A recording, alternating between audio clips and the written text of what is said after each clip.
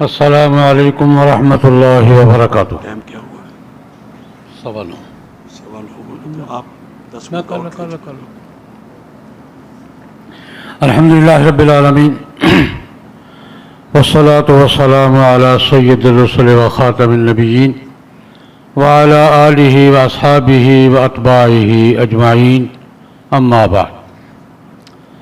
قابل صد احترام علماء کرام، مشائخ اعظام، شرکائے محفل، میں سب سے پہلے تو پاکستان شریعت کونسل صوبہ سندھ بالخصوص امیر محترم مولانا قاری رضا صاحب کا شکر گزار ہوں اس محفل کے سجانے پر، جس میں مجھے اتنے بزرگوں کی زیارت نصیب ہوئی اور دوستوں کے خیالات سنے اور کچھ کہنے کا موقع مل رہا ہے. اللہ رب العزت ہماری حاضری قبول فرمائے، مل بیٹھنا قبول فرمائے اور ملک کی دینی اور قومی جدوجہد میں اپنے کردار کو صحیح رخ پر آگے بڑھانے کی توفیق عطا فرمائے. تو کسی تمہید اور تفصیل کے بغیر 2-3 گزارشات کرنا چاہوں گا.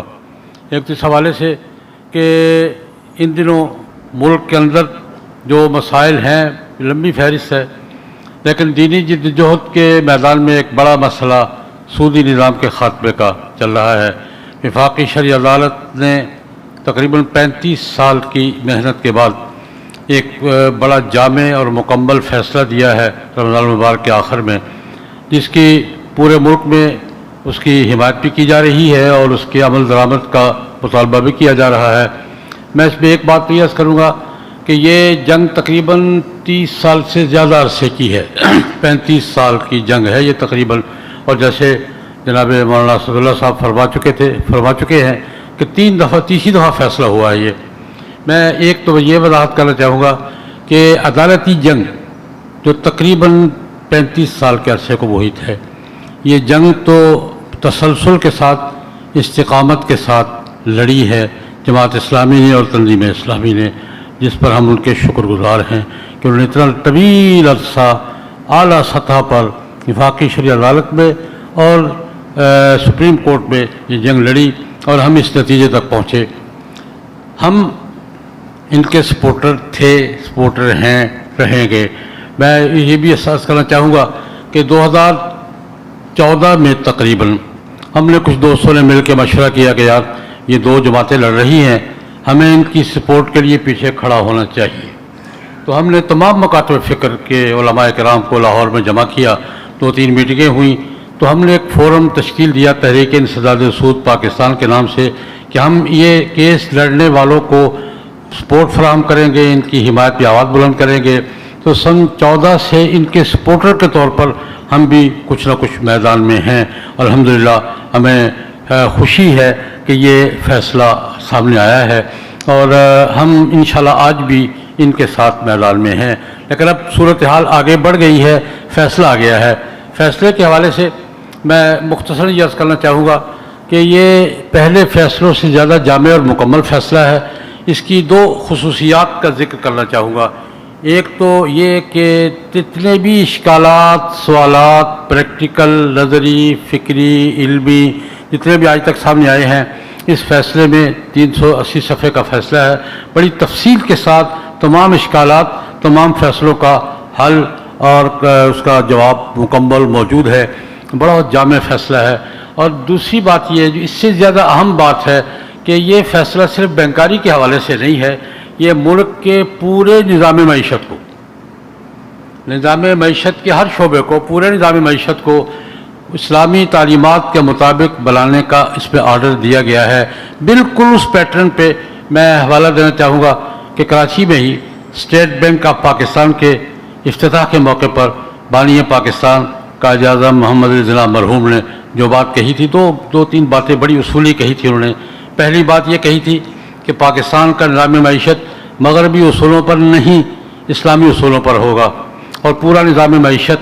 اور دوسری بات انہوں نے کہی تھی کہ میں اپنے ماہرین معیشت سے یہ چاہوں گا کہ وہ اسلامی نظام معیشت کو ایک تجربہ اور نمونہ کے طور پر دنیا کے سامنے پیش کریں. اور انہوں نے ہدایت کی تھی لیکن وہ انتقال فرما گئے. تو وہ جو پیٹرن تھا نا، میں نے جب فیصلے کی کچھ خلاصہ پڑھا تو میں سمجھا کہ جو قائد اعظم نے بات کی تھی وہ اس فیصلے کی حد تک پوری کر دی ہے. اس فیصلے میں بالکل اس ورکر ہوں ایک فیلڈ کا، جو فیصلے کی حد تک جو باتیں اسٹیٹ بینک کے افتتاح کے موقع پر قائد اعظم محمد علی جناح مرحوم نے کہی تھی، فیصلے کی حد تک اس میں تمام وہ ویژن موجود ہے اور تمام قابل عمل ایک حل پیش کیا گیا ہے.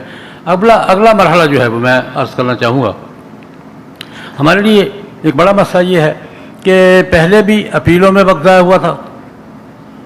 فیصلہ تقریباً وہی ہے جو وفاقی عدالت نے کیا تھا اور سپریم کورٹ نے توثیق کی تھی، اسے ہی فیصلے کو زیادہ جامع انداز میں پیش کیا گیا ہے. اپیلوں میں جا کر پہلے بھی 19 سال تو ایک اپیل میں لگ گئے، 19 سال تو ایک اپیل میں لگ گئے، اور اب اگر دوبارہ اپیل کا کوئی ماحول ہوا تو 19-20 سال اور لگ سکتے ہیں. اس لیے ہمارا پہلا مرحلہ یہ ہے کہ ہم متعلقہ اداروں سے درخواست کر رہے ہیں کہ خدا کے لیے بس کرو، اپیل در اپیل کے چکر میں نہیں پڑو. اور میں اس موقع پر اسلامی نظریاتی کونسل اور اسلامی نظریاتی کونسل کے چیئرمین جناب ڈاکٹر قبلہ ایاز صاحب کے اس لیٹر کی تعریف کرنا چاہوں گا اور حمایت کرنا چاہوں گا جس میں انہوں نے وزارت خزانہ سے اور تمام مالیاتی اداروں سے اپیل کی ہے کہ وہ یہ اپیل میں نہ جائیں بلکہ فیصلے کو قبول کرنے کا اعلان کریں.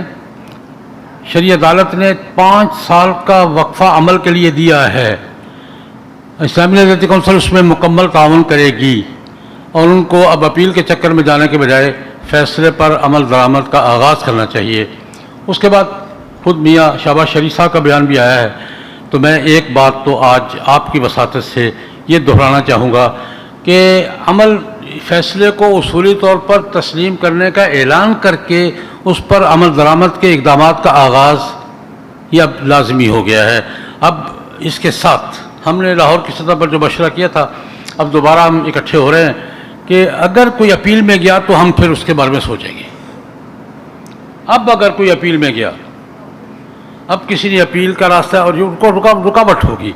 35 سال کے بعد بھی 35 سال کی مسلسل بحث کے بعد بھی اگر اپیلوں میں جانا ہے تو سوائے رکاوٹیں ڈالنے کے اور سوائے فیصلے کو سبوتاژ کرنے کے کوئی مقصد نہیں ہوگا. اور یہ بات بھی میں اس فورم کے حوالے سے عرض کرنا چاہوں گا کہ اب اگر کوئی اپیل میں گیا تو وہ یہ رکاوٹ سمجھی جائے گی اور فیصلے سے انحراف سمجھا جائے گا اور ہم اس کے بارے میں انشاءاللہ سوچیں گے اور انشاءاللہ کوئی نہ کوئی لاہ عمل اختیار کریں گے. تیسری بات یہ عرض کرنا چاہوں گا کہ اب ہماری ذمہ داری ہے. ہماری ذمہ داری 2-3 دائروں میں ہے. ایک بڑا نازک سا مسئلہ میں چھیڑنے لگا ہوں. پہلی دائری تو ہمارے علماء کرام اور اہل دانش، علماء کرام اور ماہرین معیشت. اب یہ سارا بوجھ ہم پر آ گیا ہے کہ ہم اس میں عملی روڈ میپ طے کرنے میں ساتھ کھڑے ہوں. بھئی ہم ساتھ ہیں.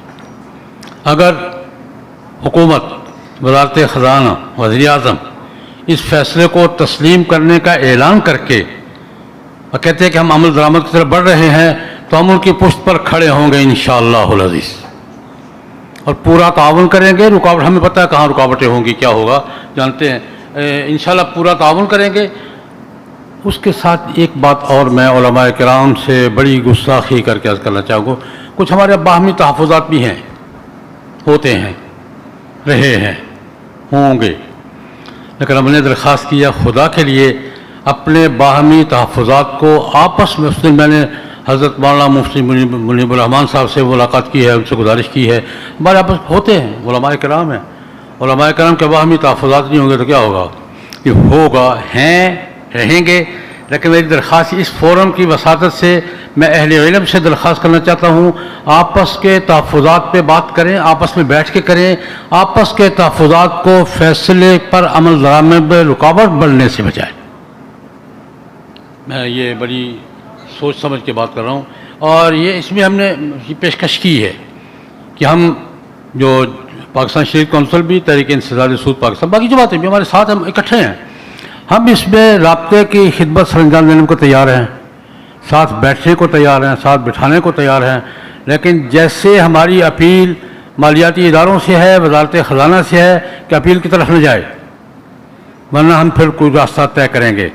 اسی طرح ہماری درخواست اہل علم سے بھی ہے کہ باہمی تحفظات کے اظہار کو، کسی بھی اظہار کو فیصلے پر عمل درآمد میں رکاوٹ نہ بننے دیں، ورنہ شاید یہاں بھی ہمیں کسی رد عمل کا اظہار کرنا پڑے.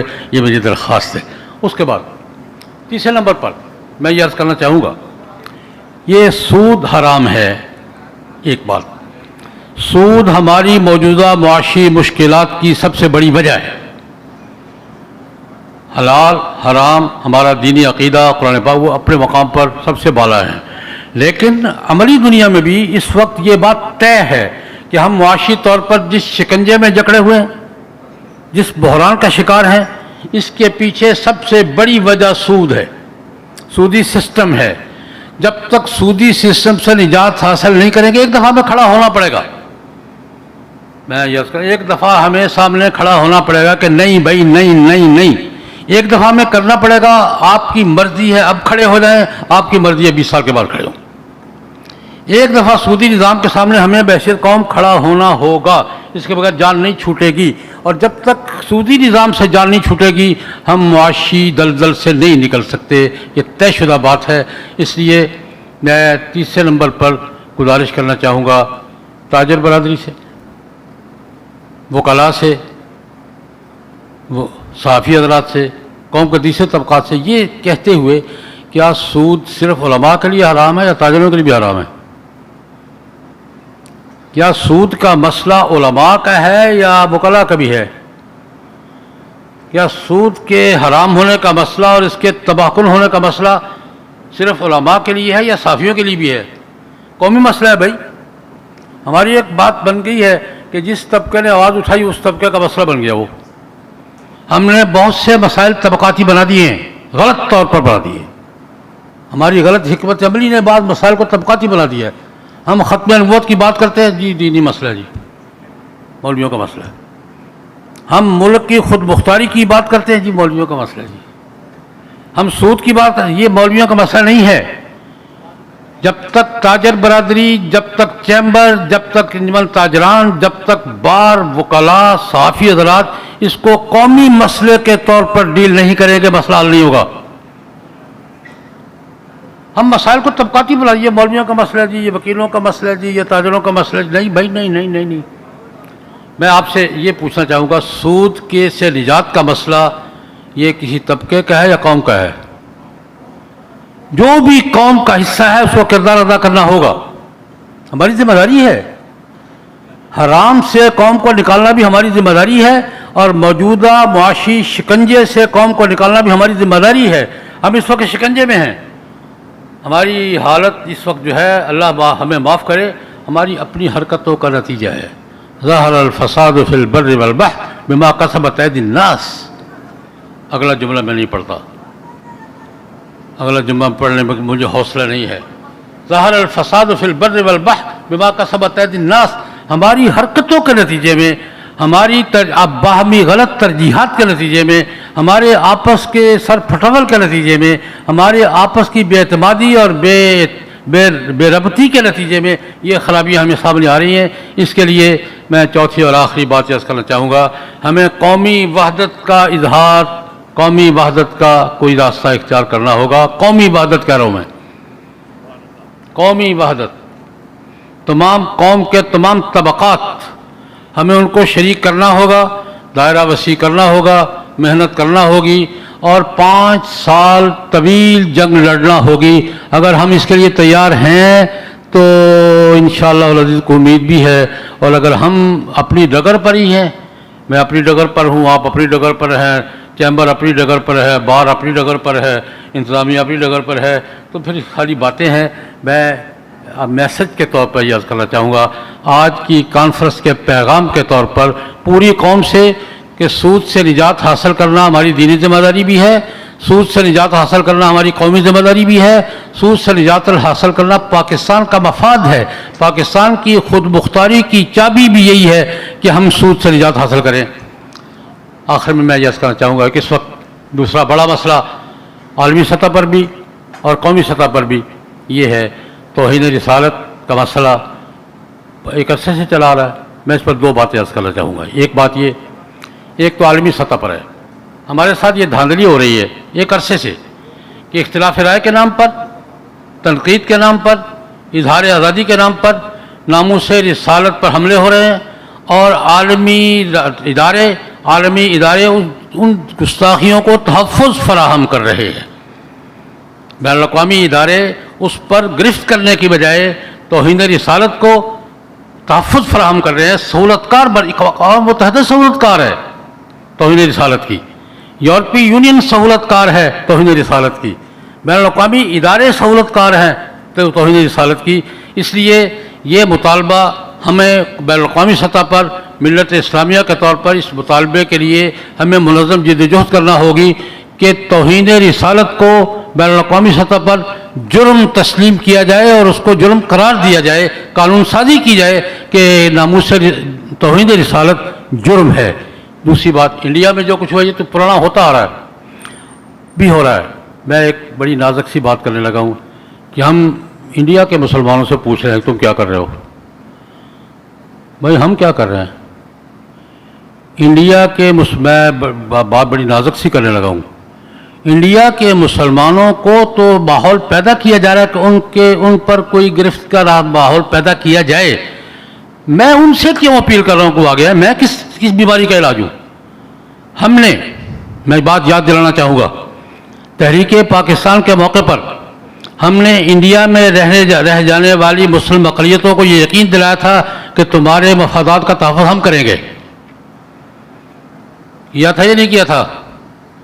یہ ذمہ داری ہماری ہے۔ ان کو ابھار کر ان کے لیے مشکلات پیدا کرنے کے بجائے بنگلہ دیش کو، پاکستان کو اور ہمیں یہ لڑائی لڑنا ہوگی کہ ہم ہندو جارحیت کو، ہندو تہذیبی الغار کو روکنے میں اپنے مسلمان بھائیوں کو تحفظ فراہم کریں اور ان کو اخلاقی سپورٹ فراہم کریں، سیاسی سپورٹ فراہم کریں۔ یہ لڑائی لڑنا، میں اپنی اسٹیبلشمنٹ سے بھی کہنا چاہوں گا، یہ لڑائی ہماری ہے۔ ہم نے وعدہ کیا تھا انڈیا کے غیر مسلمان اقلیتوں سے کہ تمہارے مفادات کا تحفظ ہم کریں گے۔ یہ ہمیں قومی پالیسی کے طور پر اور اوپر OIC کی سطح پر ملی پالیسی کے طور پر ہمیں اس کے سامنے کوئی بند باندھنا ہوگا، اور ناموس رسالت صلی اللہ علیہ وسلم، انبیاء کرام علیہم الصلوات و تسلیمات کے ناموس اور عزت کے تحفظ کے لیے ہمیں بین الاقوامی سطح پر بھی اور علاقائی سطح پر بھی واضح اور دو ٹوک پالیسی اختیار کرنا ہوگی۔ یہ گزارشات میں نے حاضری کے لیے کیے ہیں۔ آپ سب حضرات کا شکریہ، آپ تشریف لائے اور اس نازک مرحلے پر ان دو اہم مسائل پر ہم اپنی بات آپ کے ذریعے کہنے میں کامیاب ہوئے۔ اللہ پاک جزائے خیر عطا فرمائے اور ہمیں اپنے عزائم اور پروگرام کے مطابق کام کرتے رہنے کی توفیق عطا فرمائیں۔ وآخر دعوانا الحمدللہ رب العالمین۔ یہ جنرل سیکرٹری پاکستان شریعت کونسل